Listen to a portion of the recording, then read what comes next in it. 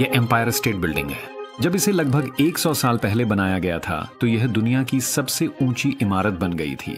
यह अपनी तरह का एक ऊर्ध्वाधर शहर था जिसमें हजारों कर्मचारी, एक कैफे, अपनी खुद की डाक व्यवस्था थी और अपनी अप्रत्याशित डिजाइन की वजह से यह एक पैसा कमाने वाली मशीन बन गई। आज लगभग 100 साल बाद भी यह अकेली इमारत हर साल $500 मिलियन से भी ज्यादा कमाती है और आज के हर आधुनिक गगनचुंबी इमारत को पीछे छोड़ देती है। यह सब उनके अविश्वसनीय दीर्घकालिक सोच के कारण संभव हो पाया, जिन्होंने सख्त निर्माण नियमों को पार करने और इस इंजीनियरिंग दैत्य को रिकॉर्ड समय में खड़ा करने का तरीका खोज निकाला। लेकिन उन्होंने ये सब कैसे कर दिखाया और यह आज भी इतना लाभदायक क्यों है? 1920 के दशक में दुनिया भर के शहर बदल रहे थे, अर्थव्यवस्था फल फूल रही थी और नई स्टील फ्रेम निर्माण विधियों के साथ ऊंची और मजबूत इमारतें बनाना आसान हो गया था। ये बात न्यूयॉर्क सिटी में सबसे ज्यादा महत्वपूर्ण थी। सीमित जगह और लगातार बढ़ती आबादी के साथ निर्माण का एकमात्र तरीका ऊपर की ओर था। यहीं से शुरू हुई आसमान की दौड़ और 20 के दशक के अंत तक डेवलपर्स ने मैनहट्टन में कई गगनचुंबी इमारतें बनानी शुरू कर दी। सभी का लक्ष्य दुनिया की सबसे ऊंची इमारत बनना था। इसका अधिकांश हिस्सा अहंकार से प्रेरित था, लेकिन ऊपर की ओर निर्माण करना एक जबरदस्त आर्थिक अवसर भी था। कुछ जमीन खरीदकर और उसे किराए के लिए उपलब्ध ऑफिस स्पेस से भरकर बहुत बड़ी मात्रा में पैसा कमाया जा सकता था। खुद इमारत ही एक व्यवसाय बन सकती थी। न्यूयॉर्क के व्यवसायी जॉन रास्कोब और अल स्मिथ से ज्यादा इसे कोई नहीं समझता था और 1929 में उन्होंने एम्पायर स्टेट बिल्डिंग की घोषणा की। यह न केवल दुनिया की सबसे ऊंची इमारत बनने वाली थी, बल्कि इसकी चतुर डिजाइन और अत्यंत कुशल इंजीनियरिंग इसे अब तक की सबसे आर्थिक रूप से सफल इमारत बनाने के लिए थी। डिजाइनरों के पास बड़े बड़े विचार थे, विशेष देखने के प्लेटफॉर्म, विशाल रेडियो एंटेना, एयरशिप के लिए डॉकिंग स्टेशन और एक के बाद एक प्रीमियम ऑफिस स्पेस की मंजिलें। एम्पायर स्टेट बिल्डिंग ने आसमान में ऊंचा बनने की होड़ में हिस्सा ले लिया था। अगर आप भी आसमान में अपनी खुद की जंग लड़ना चाहते हैं तो आज के प्रायोजक वॉर थंडर को आजमाएं। वॉर थंडर एक फ्री टू प्ले बड़े पैमाने पर मल्टीप्लेयर एक्शन गेम है जिसमें आप दुनिया भर के स्थानों पर जमीन, समुद्र और हवा के वाहनों का इस्तेमाल कर डायनामिक लड़ाइयां लड़ सकते हैं। एक पूरे सदी को कवर करने वाले वाहनों की रेंज के साथ आप बिल्कुल वैसे ही खेल सकते हैं जैसे आप चाहते हैं, चाहे टैंक में बैठकर फ्रंटलाइन तोड़ें या आसमान में शानदार लड़ाइयां लड़ें। वॉर थंडर में नाइट विजन, स्मोक स्क्रीन और गाइडेड मिसाइल जैसी उन्नत तकनीकें भी हैं और इसकी टॉप टियर ग्राफिक्स, फिजिक्स और साउंड आपको जंग के माहौल में पूरी तरह डूबा हुआ महसूस कराते हैं। नए लिवियाथन्स अपडेट में प्रसिद्ध Comanche stealth helicopter, Arena active protection system से लैस सोवियत T-70 2B3 टैंक और दिग्गज यामाटो युद्धपोत को गेम में जोड़ा गया है। वॉर थंडर को पीसी, प्लेस्टेशन और एक्सबॉक्स पर डिस्क्रिप्शन में दिए गए लिंक से मुफ्त में डाउनलोड करें। सभी नए खिलाड़ी और वे जिन्होंने आधे साल से गेम नहीं खेला है उन्हें खास बोनस मिलेंगे। आप वॉर थंडर मोबाइल भी खेल सकते हैं। इसे iOS या एंड्रॉयड पर डिस्क्रिप्शन में दिए गए लिंक से मुफ्त में डाउनलोड करें। एम्पायर स्टेट बिल्डिंग को एक पैसा कमाने वाली मशीन बनाने के लिए केवल ऊंची इमारत बनाना और किराए की जगह अधिकतम करना ही काफी नहीं था। किसी इमारत में हर एक अतिरिक्त मंजिल जोड़ने पर लागत लगातार बढ़ती जाती है। खुद इमारत को मजबूत बनाने के लिए ज्यादा सामग्री की जरूरत होती है और हर मंजिल पर उपयोगी जगह कम रह जाती है। कम जगह का मतलब है कम आय और इसलिए एक निश्चित ऊंचाई के बाद इमारत बनाना आर्थिक रूप से समझदारी नहीं रह जाता। इसके अलावा न्यूयॉर्क में कड़े निर्माण नियम थे जो बड़े गगनचुंबी इमारतों को बहुत अधिक रोशनी रोकने से रोकते थे। इन नियमों के तहत सड़क के केंद्र से लगभग 25 डिग्री के कोण पर एक ढलान वाली रेखा ऊपर की ओर खींची जाती थी। इमारतों को उस रेखा के बाहर के क्षेत्र में बनाने की अनुमति नहीं थी, इसलिए डिजाइनरों को इमारत की चौड़ाई कम करने और उसे रेखा के भीतर रखने के लिए सेटबैक जोड़ने पड़े।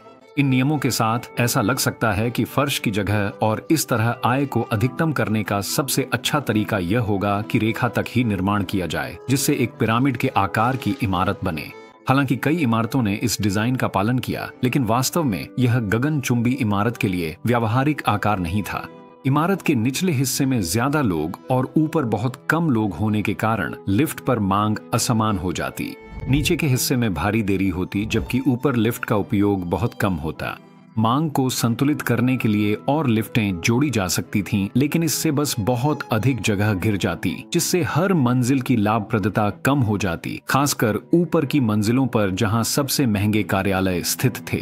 आदर्श कार्यालय स्थान उज्जवल और शांत होता था, इसलिए खिड़की के पास और शोरगुल वाली सड़कों से ऊपर के क्षेत्र सबसे अधिक पसंद किए जाते थे। इन प्रीमियम क्षेत्रों, जो अधिकारियों और सीईओ के लिए उपयुक्त थे, में वार्षिक किराया प्रति वर्ग फुट $3 तक मिल सकता था। लेकिन जैसे जैसे आप खिड़की से दूर और जमीन के करीब जाते, यह किराया घटकर प्रति वर्ग फुट सिर्फ $1 से थोड़ा अधिक रह जाता था। पिरामिड डिजाइन ने बस नीचे के सस्ते कार्यालयों को अधिकतम कर दिया, जबकि ऊपर के प्रीमियम कार्यालयों की बलि दे दी।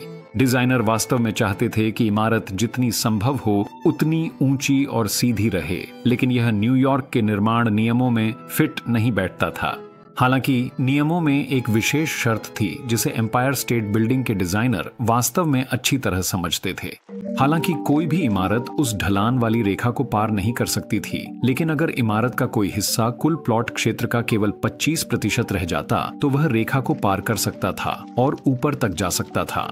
यह एक बहुत ही महत्वपूर्ण विवरण था और इसी कारण एम्पायर स्टेट बिल्डिंग के डिजाइनरों ने अपनी इमारत को बहुत पहले ही लगभग 5वीं, 20वीं और 30वीं मंजिल पर ढलान वाली रेखा के भीतर ही पीछे हटा दिया। यहाँ से इमारत बिना किसी रुकावट के 40 से अधिक मंजिलों तक ऊपर उठती रही, जब तक कि कुछ छोटे छोटे सेटबैक इसे 86वीं मंजिल तक नहीं ले गए। इसका परिणाम यह हुआ कि एक बेहद ऊंची और सीधी इमारत बनी, जिसमें लगभग 30 लाख वर्ग फुट का ऑफिस स्पेस था।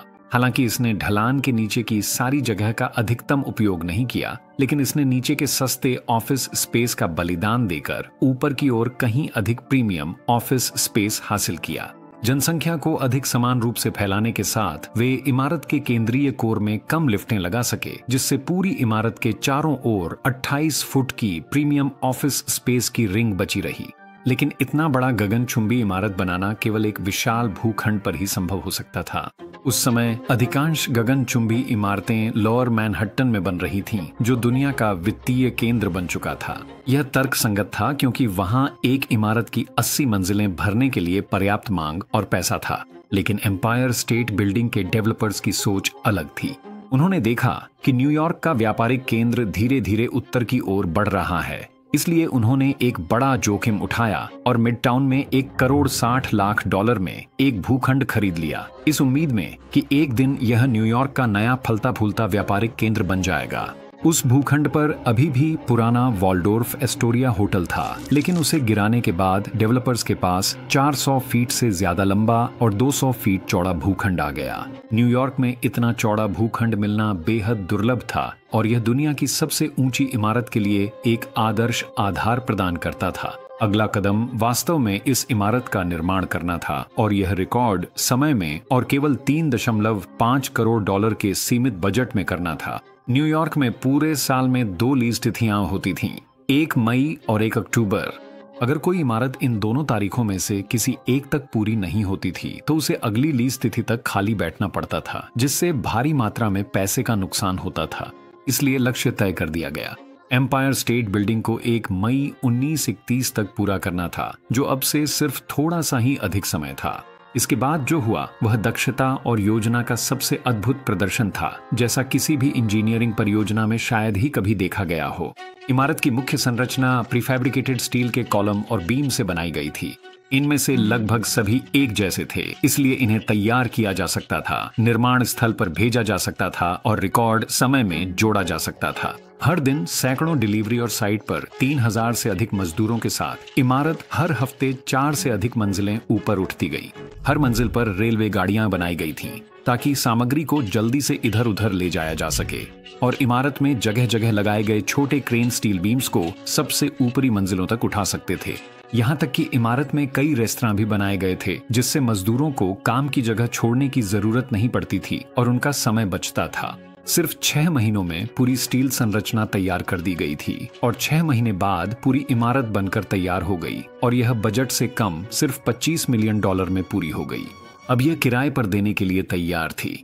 लेकिन जैसे ही यह व्यापार के लिए खुला, अमेरिका में इतिहास की सबसे भयानक आर्थिक मंदी आ गई।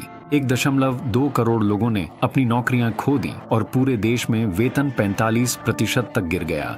यह एम्पायर स्टेट बिल्डिंग के लिए पूरी तरह से आपदा थी, जो अपनी ऑफिस स्पेस का 1/4 हिस्सा भी भरने के लिए जूझ रही थी, और इसी वजह से इसे एक दुर्भाग्यपूर्ण उपनाम भी मिल गया। शुक्र है यह इमारत सिर्फ एक विशाल ऑफिस से कहीं ज्यादा थी। 86वीं और 102वीं मंजिल पर 2 वेधशालाएं थीं, जो पर्यटकों को न्यूयॉर्क का ऐसा नजारा देती थीं जो हर दूसरी इमारत से कहीं ऊपर था। टिकट की कीमत $1 थी और यह तुरंत ही हिट हो गया। अपने पहले ही साल में इसने 10 लाख से अधिक टिकट बेचे और पूरे 1930 के दशक में यह इमारत के लिए मुख्य आय का स्रोत बन गया, जब तक कि उसके ऑफिस आखिरकार मंदी से उबर नहीं गए। लेकिन एम्पायर स्टेट की पैसे कमाने की क्षमता यहीं खत्म नहीं हुई। इन सब के ऊपर एक विशाल मस्तूल था, जिसे मूल रूप से एयरशिप्स के लिए डॉकिंग स्टेशन के रूप में डिजाइन किया गया था, जहां यात्री उतर सकते थे और कुछ ही मिनटों में जमीन तक पहुंच सकते थे। यह विचार अंततः कभी सफल नहीं हुआ, लेकिन मस्तूल ने एक और भी अधिक लाभकारी उद्देश्य की पूर्ति की। टेलीविजन का दौर आ रहा था और एम्पायर स्टेट बिल्डिंग इस तकनीक को विकसित करने के लिए एकदम उपयुक्त जगह बन गई। एनबीसी ने 85वीं मंजिल पर कब्जा कर लिया, वहां 50,000 वॉट का ट्रांसमीटर लगाया और दुनिया का पहला हाई पावर ट्रांसमिशन किया।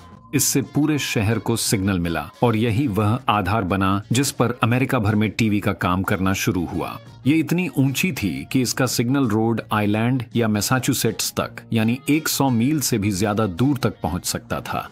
टेलीविजन का प्रसार जबरदस्त तरीके से हुआ। एम्पायर स्टेट बिल्डिंग के एंटीना ने 4 अलग अलग राज्यों में 9 अलग अलग टीवी चैनलों का प्रसारण शुरू किया, जिससे उसे हर साल $6 लाख से ज्यादा की कमाई हुई, जो आज के हिसाब से $7 मिलियन है। एम्पायर स्टेट बिल्डिंग 40 सालों तक दुनिया की सबसे ऊंची इमारत बनी रही, जब तक कि वर्ल्ड ट्रेड सेंटर ने उसकी जगह नहीं ले ली। हालांकि आज इसके आसपास कई और भी ऊंची गगनचुंबी इमारतें हैं, लेकिन अपनी डिजाइन की वजह से एम्पायर स्टेट बिल्डिंग आज भी उन सब पर भारी है। सिर्फ ऑफिस किराए से ही यह हर साल $35 करोड़ कमाता है और इसमें दुनिया के कुछ सबसे बड़े ब्रांड्स के दफ्तर हैं। इसके टीवी और रेडियो एंटीना हर साल लगभग $3 करोड़ की कमाई करते हैं और इसके व्यूइंग प्लेटफॉर्म्स हर साल अद्भुत $13 करोड़ कमाते हैं। इसकी लोकेशन पर लगाया गया दांव सफल रहा और अब यह इमारत न्यूयॉर्क के सबसे व्यस्त इलाके के ठीक बीचों बीच स्थित है, जिससे इसकी कुल कीमत $2 अरब से भी ज्यादा हो गई है। चाहे आप इसे किसी भी नजरिए से देखें, एम्पायर स्टेट बिल्डिंग एक इंजीनियरिंग का अद्भुत नमूना थी। देखने के लिए धन्यवाद और मैं आपको अगले वीडियो में मिलूंगा।